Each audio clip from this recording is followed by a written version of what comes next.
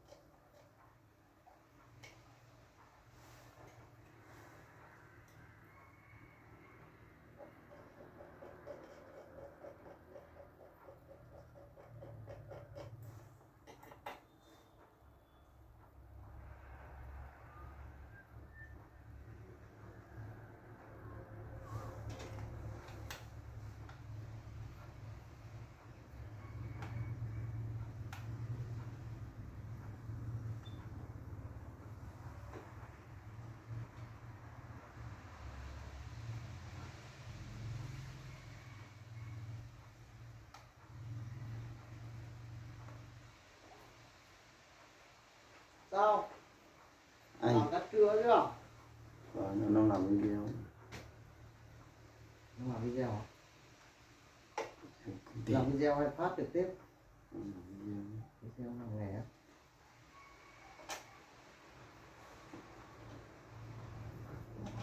Cô uống nước vừa pha thôi.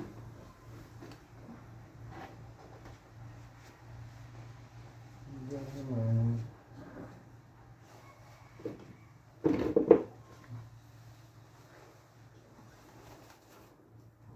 ai học nghề đến đây học nha. Đến Thái Tuấn. Đến Thái Tuấn học nghề. Thầy sẽ dạy cho. Đây em. Đổ thêm nước uống một chuộc nước mà. Không. Đánh đạp. Đạt qua rồi. Đổ chứa sao thì.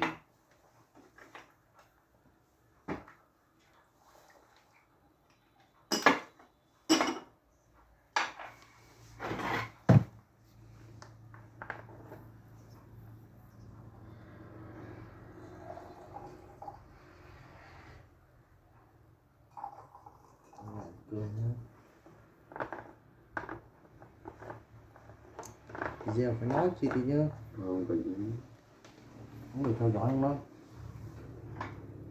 quay họ ừ? quay họ coi nha nó tham quá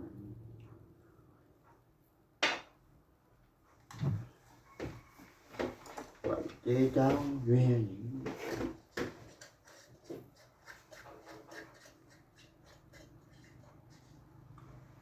sắc quanh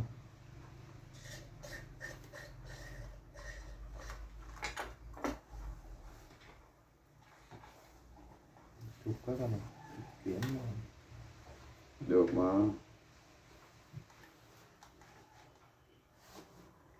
mấy mua hàng này bán chán thật lâu lắm chứ mua hàng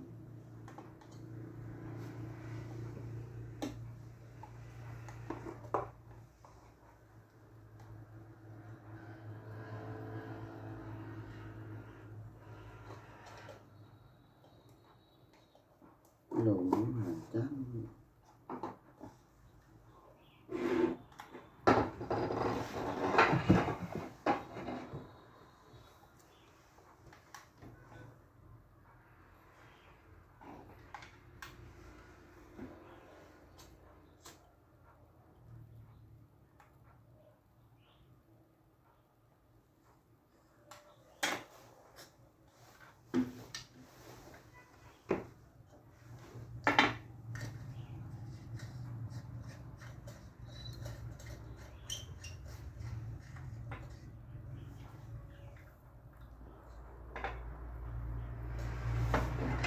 lại chạy bóng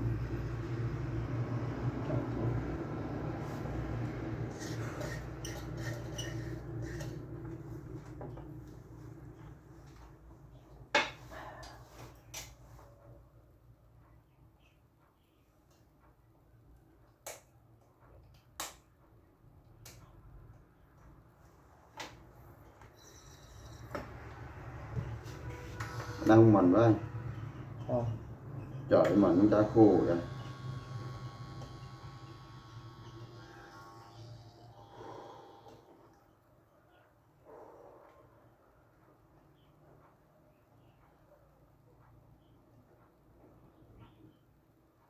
ở trong liên về quê bác ông mới đi miền Nam lại nhá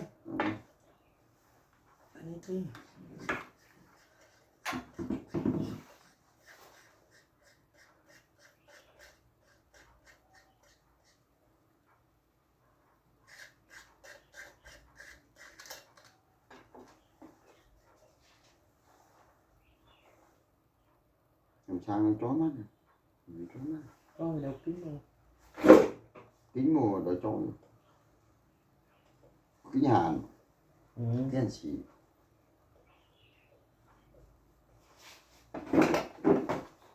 chào các bạn nha hẹn các bạn video sau nha